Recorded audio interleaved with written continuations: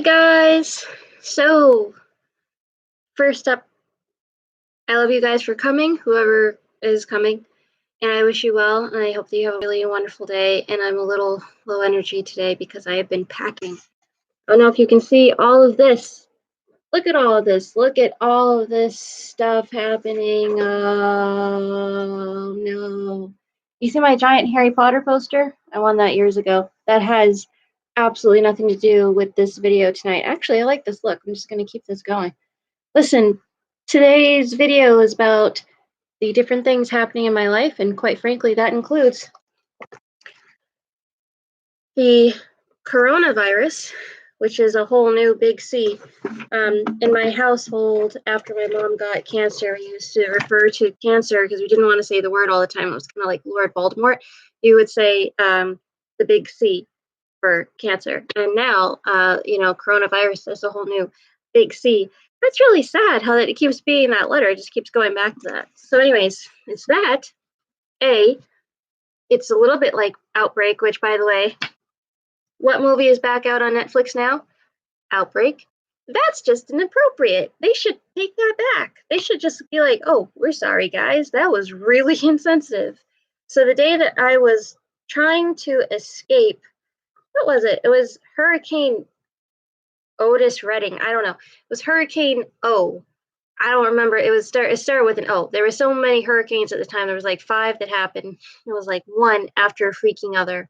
Month after month, that's for a little while. And so we got on a plane. We were trying to escape.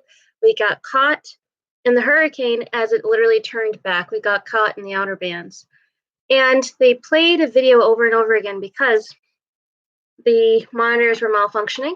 The little screens that came down were malfunctioning. And so right up here over my head for 3 hours, as we were trying to run away from the hurricane in the sky, while we were trapped in the sky, what played?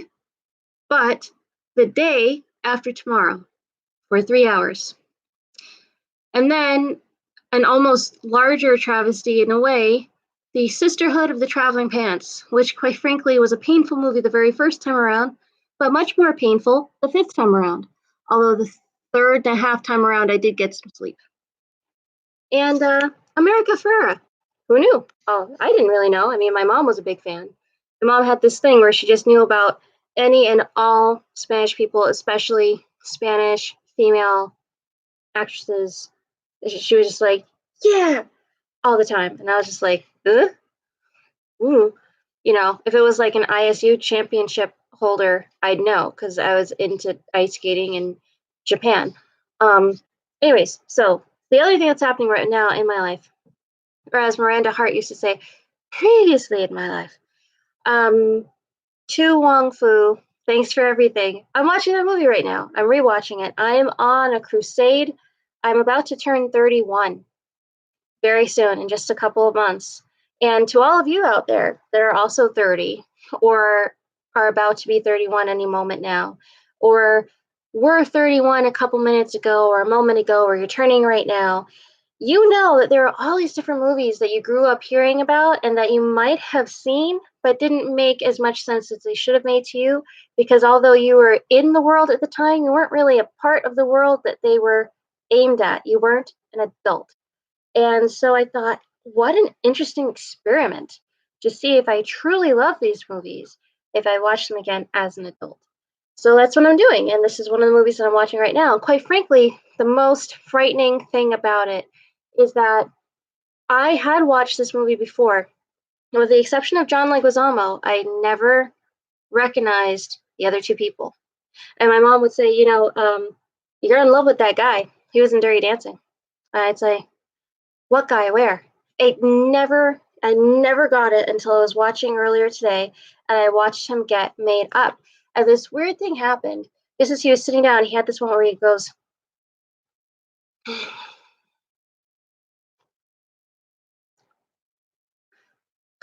and I was just like, whoa, that's the woman thing. I have done that. And any woman that I've ever watched put on her makeup, because I actually love, why didn't I consider being a makeup artist before? I love watching people put on makeup, actually. But anyways, I've watched it many times, especially like when I was a kid. I was sort of in theater, mostly in dance, and there's a lot of crossover between that and acting and modeling and lots of other things. And it's like a girl thing. They all do it. I've done it. And I thought, oh my God, he's gonna get like drag queened. He's gonna queen himself over. And then he did. And the whole time I'm just going, I just watched Dirty Dancing a couple of months ago, and I watched it many, many times in a row. And I just love that movie. Still fabulous, actually, much more fabulous as an adult because I'm able to understand a lot more of what's going on.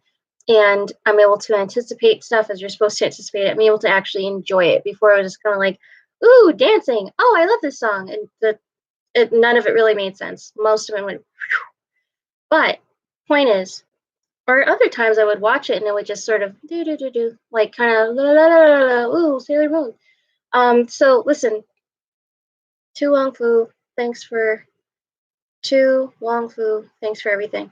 I'm really really sure that is like a mystery.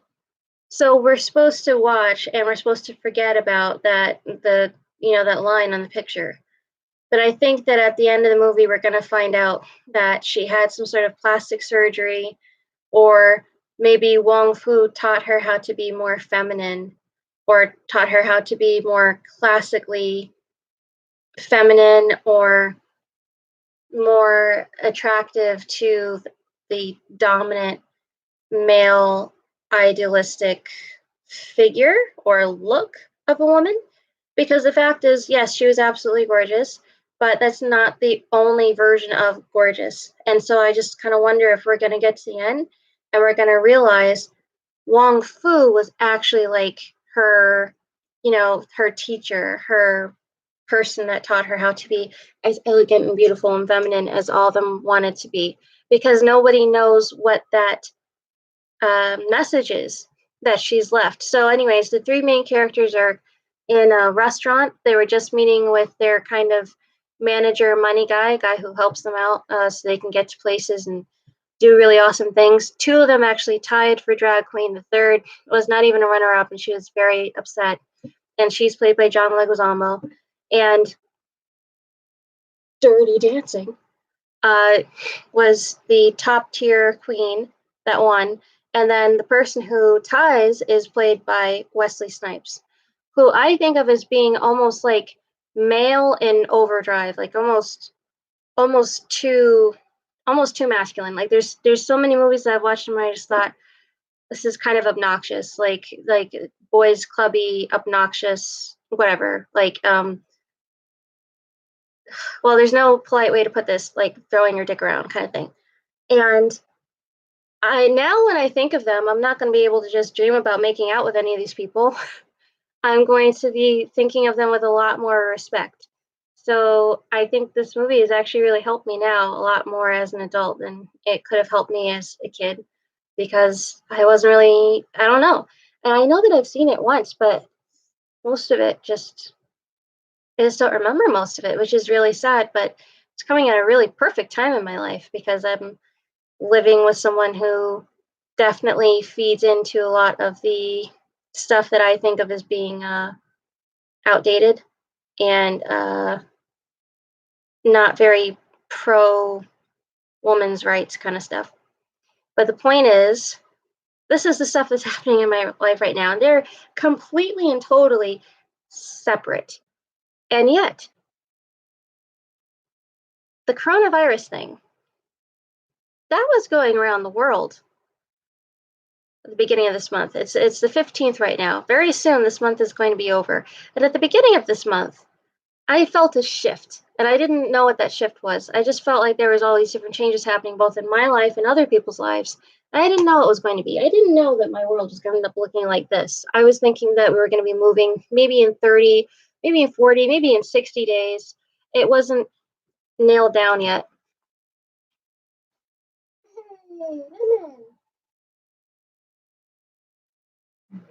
But it has definitely changed. And now it is. Oh, doggies. Hey, girls. Jenny, that's a good look. I got you food too. Here you go. Yeah, let's put your in too. Here you go. Good girl. Peter, there's some more for you. Good girl.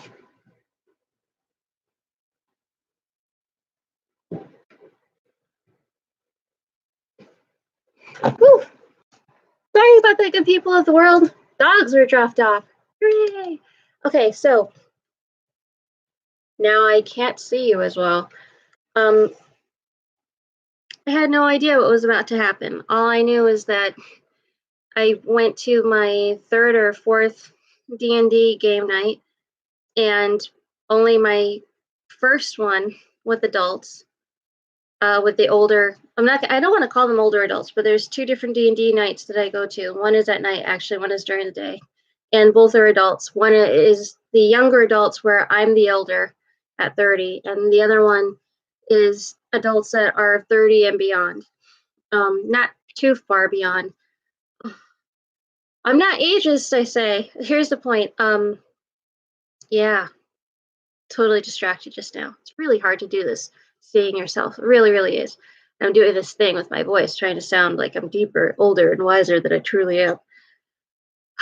Okay, so I'm going to speak up now, and my voice is going to sound higher, and you're going to be okay with it, or you're not. Here's the point. I'm gonna just. I don't need to see that stuff. Oh, look, desktop, pretty. Um, yeah, toilet tissue. So we were running low on toilet tissue at the beginning of this month, and I just thought nothing of it at all. I thought one day we're going to have to get more toilet tissue. I had no idea that by the end of this month, I would be separating all of what's left of my things to move into a new place and to make enough money to hopefully get my dog her surgery and get my other dog a doctor's visit. I had no idea that I'd have my glasses. I had no idea that I would have gone to so many more D&D nights or mahjong. And that might not seem like a big deal, but it is actually a really big deal for me, because I haven't gotten to do that kind of social stuff in a really, really, really long time. And I haven't been surrounded by people that accept me and like me and barely know me, but accept me anyway in a very long time. I mean, like years and years and years. I feel and I kind of hear that's not true, but I didn't recognize it until now. So that's a big deal. And I had no idea that I'd have an Instagram, and I had no idea that I'd have um, so much new art, and then I'd have so much new art on Art Store. I had no idea that I'd make so much money. And I mean, it's not a huge amount of money, but I was finally able to pay most of my debt down on my remaining credit card debt. And I had no idea that I'd be able to take her to get the scans. I had no idea that I'd find out that she had a giant cyst in her rib cage. I had no idea that someone was going to take me to a place full of like 100 people that again would accept me, and that I'd like being around, and that I'd be surrounded by things that I love. I had no idea any of that stuff was going to happen.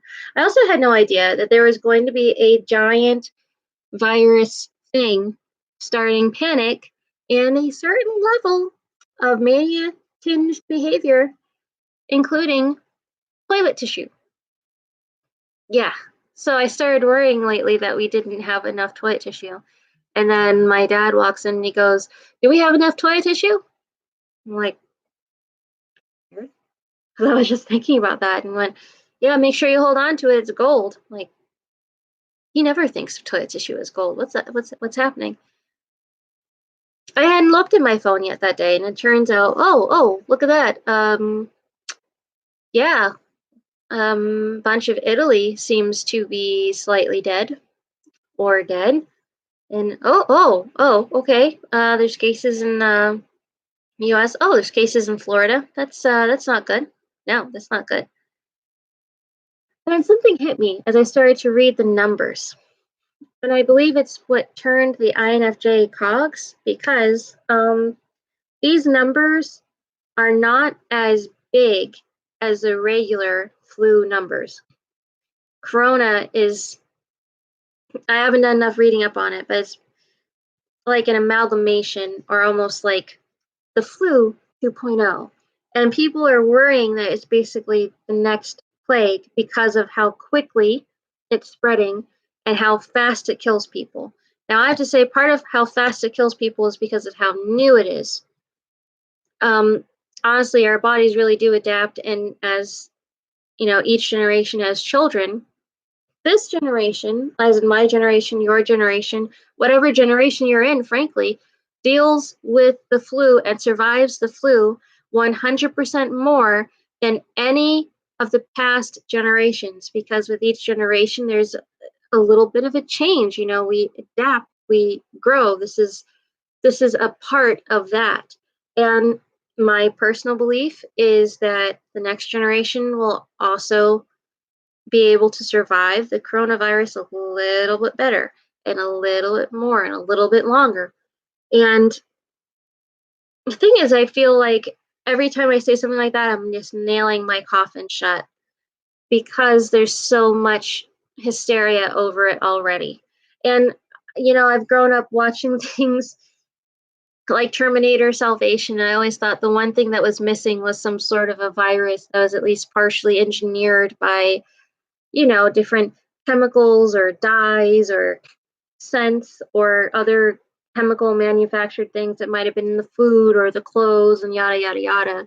And that's a part of me also growing up around religious people, I think, because I'm just going, oh well, the end has to be somewhere. Um, and maybe it is with the coronavirus, maybe it's not. But my real worry or fear is that, especially with how many major events that make a major amount of money being shut down, and all the toilet tissue, which, by the way, I'm convinced I know the reason for that. And anyways, yeah, I'm more worried. This is a meta worry that only happens because of INFJ's worrying in general. I am more worried about the worry that people are worrying. I am not worried about the virus. I am worried right now, present tense, about the worry that other people are worrying, as in right now. Seriously, because something happens when people get really, really scared. Have you ever seen the movie The Blob? It came out in the late 50s. The special effects were pretty bad, but basically it looks kind of like a melting, something between a melting igloo and melting jello falling downhill, blown up on footage of people running away downhill. Jello, people. Jello, people. Ah! Jello. Okay, why do I say that? Because it did not look that great. Although I gotta tell you, the very first time I saw it when I was 5, I was really, really scared. Not of the jello, but of the way that people were reacting. And towards the end of that movie, when people were going really batshit crazy, I was terrified of how people were actually running over each other. There was a stampede of people. And then when I found out, when I was told by my grandmother, when I was told by my parents, that people in my grandparents' generation watching that movie flipped the hell out and ran out of theaters and performed the same mass hysteria like panic that they saw in the movie in real life, I was terrified. And when I found out that when the movie was re-shown in theaters, the same thing happened again, I was really, really, really, really scared. And frankly, my entire life, all I've heard from religious people around me is that, the end of days is near. So, 1999, there's this big, it wasn't a hurricane, it was a tornado in Massachusetts. I had never seen a tornado. And all of the Christian people, many of whom were in my family, were saying, this is the end, this is the end, this is the end. I was terrified. And I watched dirt and I watched rocks and I watched leaves, what looked like that to me, pick up the largest, oldest tree in the world, or in my world. And they had brought people in from state. This tree had actually like won, I don't know, tree medals or something. It turns out it was really, really old. and a lot of the boulders in that particular area of town were literally like from Jurassic times. And time period. Anyways, point is, I watched it get pulled out of the ground and just float in the air for a minute, like there was an invisible hand of a giant just picking up a tree. Terrified, as it is apparently terrifying them right now. And I thought, oh my God, it must be true. And that's when I first started looking into the Bible, because I thought it must be. And then 2000 happens, and I thought, oh my God, it's here now. It's here now. These people are on Channel 5. They're wearing these big hats. They've got a tent. They are ready. They are literally dressed to die. And also, end of the world, no other cable was on except for crackpots and a tent with weird hats. I was like, this is it. There's no TV. There's bad storms outside. And the only TV that is on is Weirdos in Tent. This is it. No offense if you were one of those weirdos in the tent. Anyways, it wasn't it. 2001, everyone said, this is it. 2002, no, this is it. Okay, so the last night of 1999, I perform with my Bharatanatyam group. I'm hand-picked by the mayor of Boston, and I'm so stoked. And me and all my friends and all their parents have to sign this paperwork saying that we are willing to be here anyway. Anyway, what? Well, there was a group that was threatening / promising to install some bombs on the subway that were supposed to go off at a certain time of night, and that supposedly we may possibly be standing right over when they go off. We chose to be there anyway. The bombs didn't happen. Well, they did happen, but most of them were caught in time, and they didn't even make it onto that particular train car.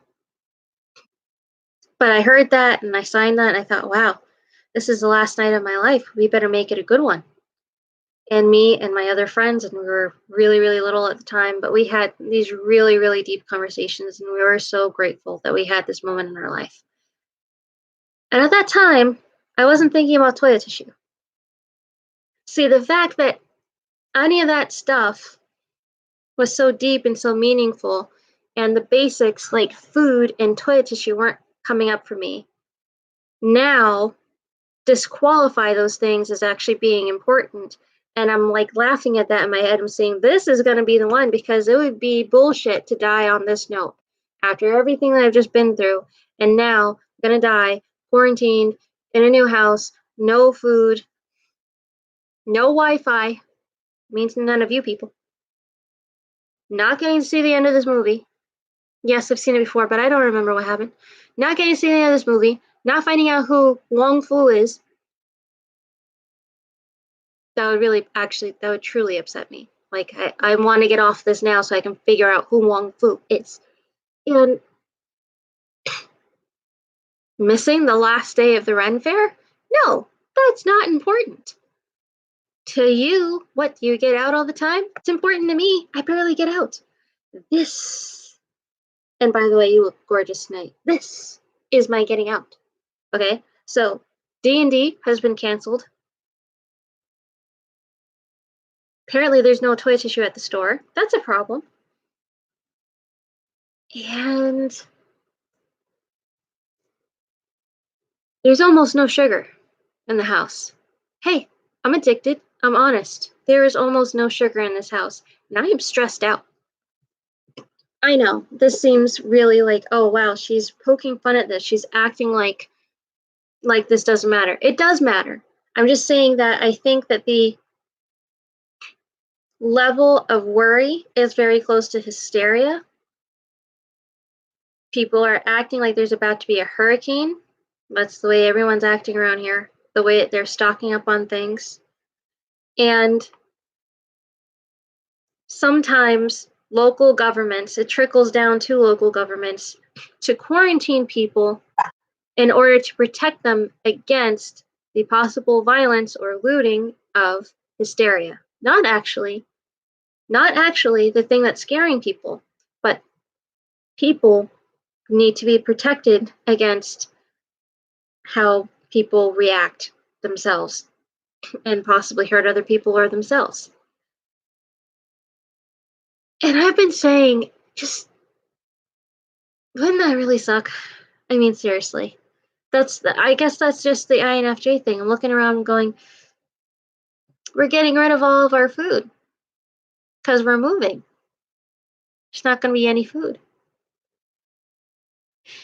We're going to get quarantined in this town that has nothing left without any food in our house and barely any toilet tissue. About to get to the new house.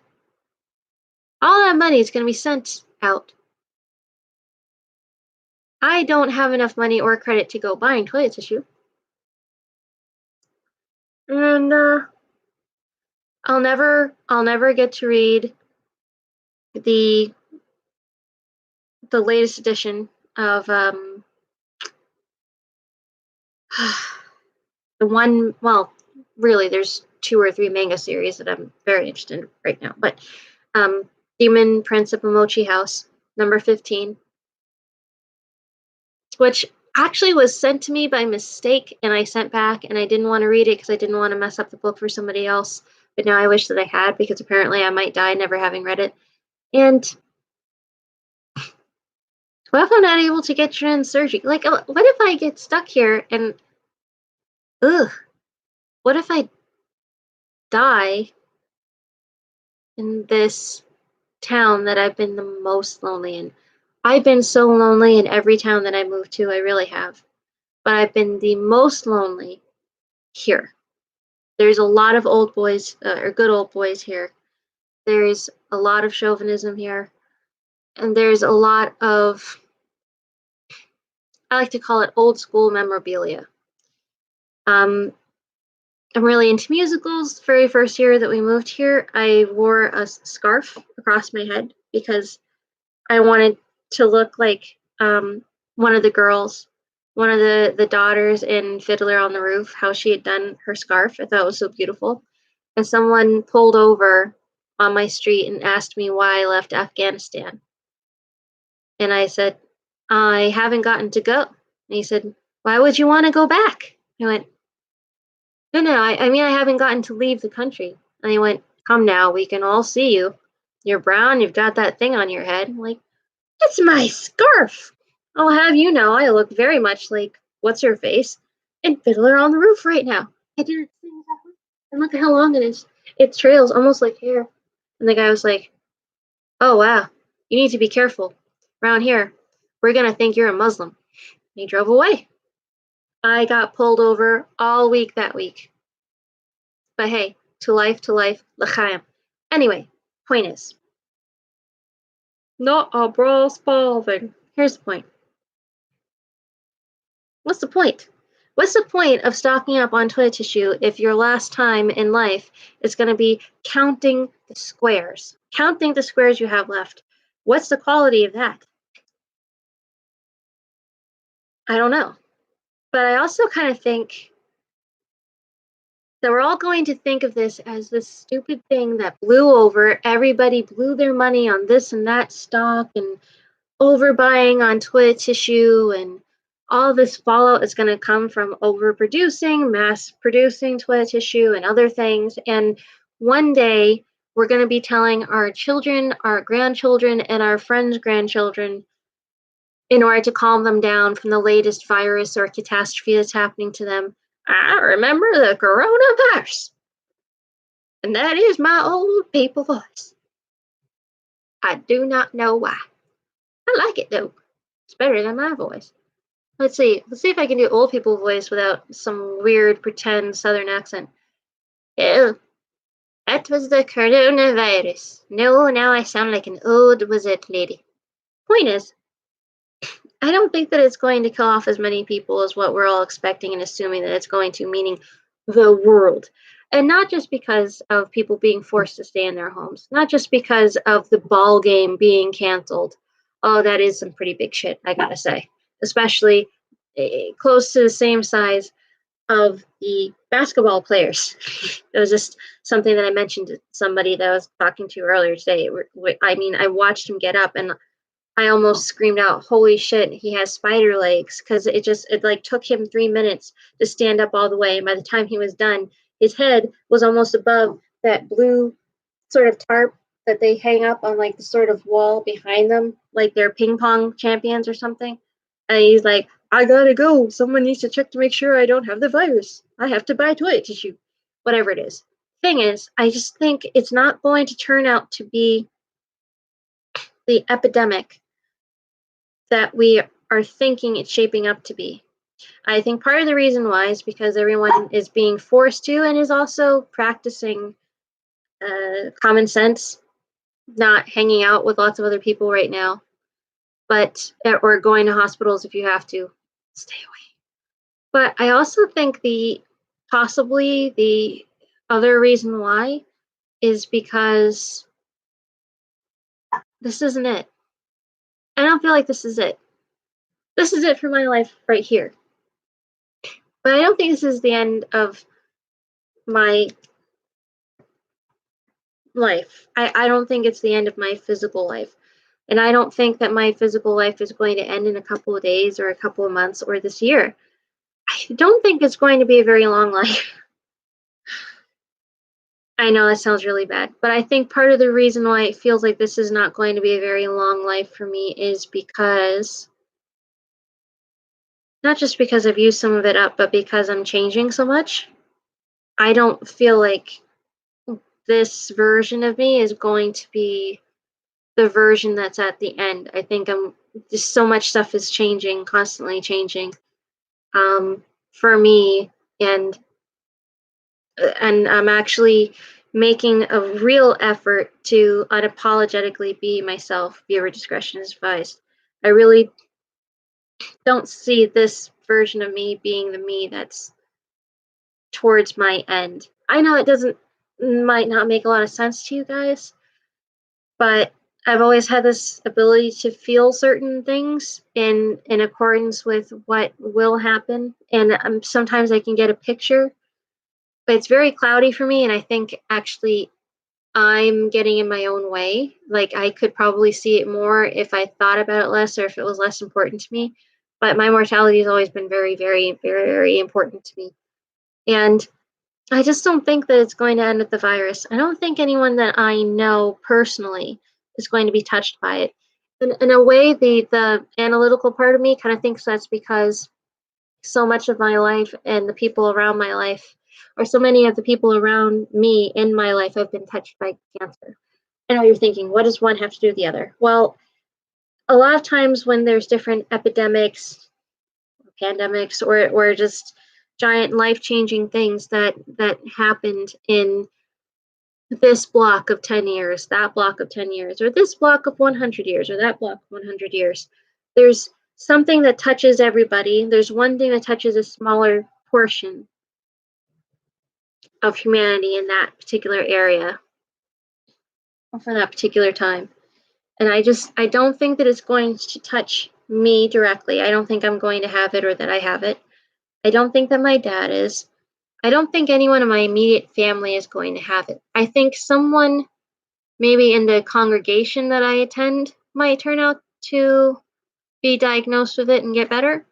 But I don't think that's the next catastrophe that's going to burn down some terribly important house in the village of my life. I don't know the right way to put that. Okay.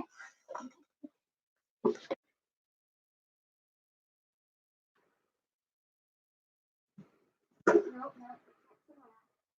Good girl, good girl. Sorry, you can't sit up.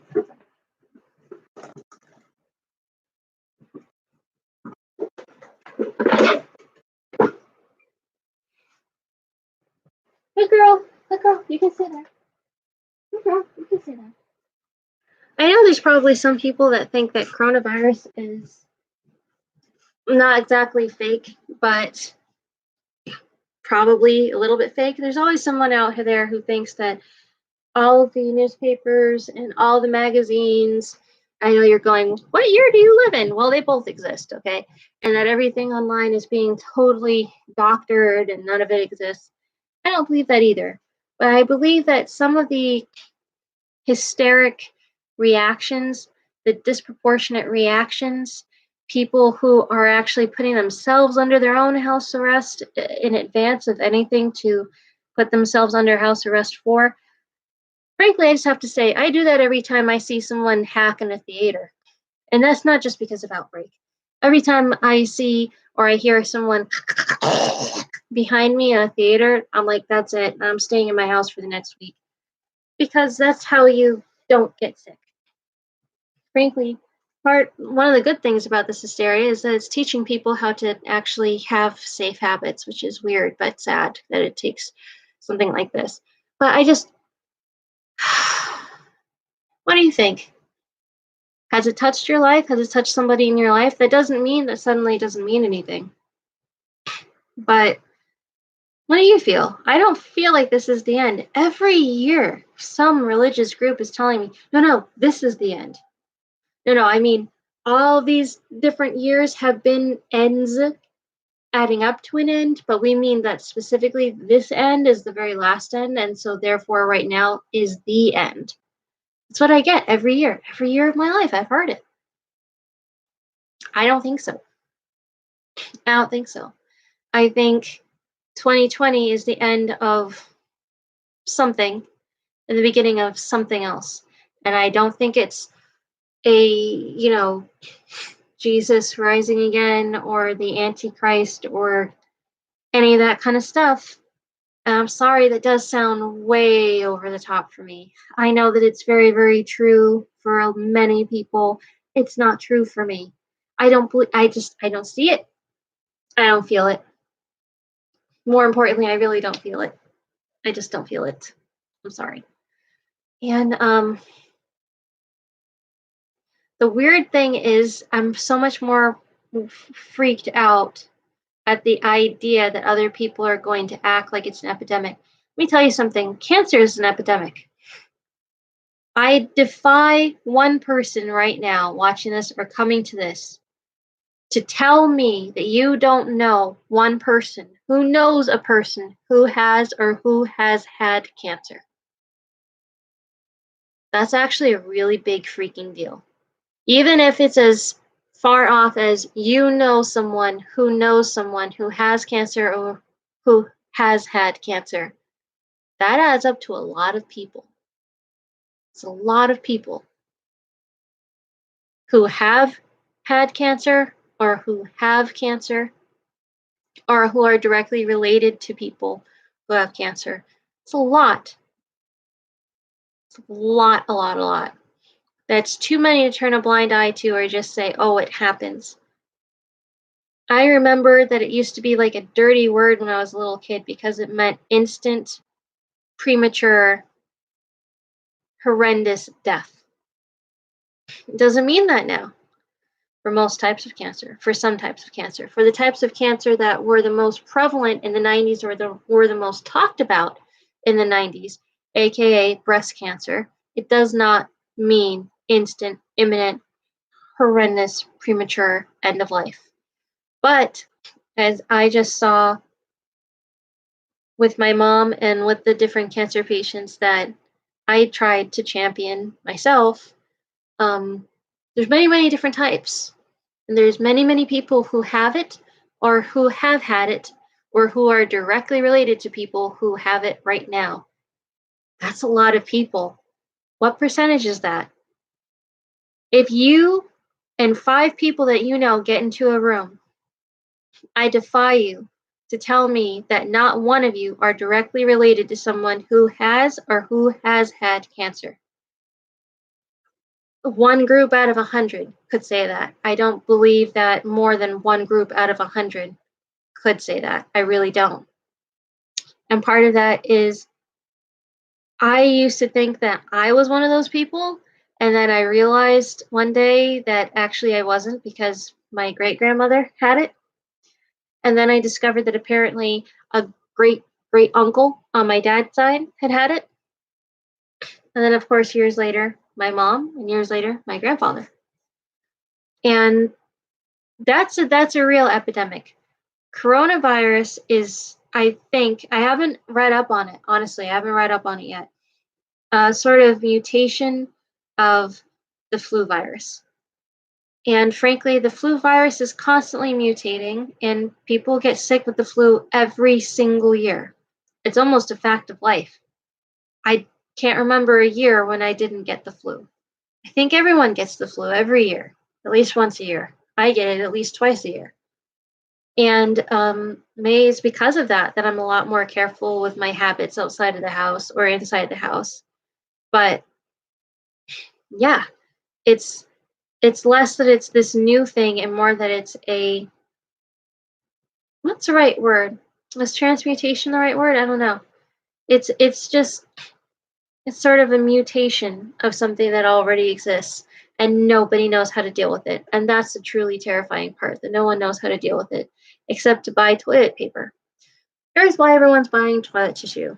Because if your county government is directed either by a larger government or simply chooses to on their own do a real live quarantine or curfew, even forcing people to stay in their homes for a couple weeks at a time, or forcing people to go back home before certain times, to not be out after certain times of day, or an actual quarantine where they're forced to stay behind doors in their homes. It could be really freaking hard to live without toilet tissue. And in my case, since I have very bad allergies, it would be horrendous to live without Kleenex. I know, because I did that last week. Didn't work out. I had to use paper tissue, paper towels, and I had to use toilet tissue. And then that whole thing about, did you know that it's gold, came up, and then I realized that I just blew my nose on what was left of the toilet tissue. And that's much less of a problem in Japan or in Europe with the whole bidets, isn't it? I don't mean coronavirus, I mean toilet tissue. Here's the point. What was my point? I wish that I had bought more toilet tissue. That's the point. And my life is changing so much. It's so weird to look outside this is a storm. To look outside of this storm and take any storm out there seriously is too much right now. It's too boggling.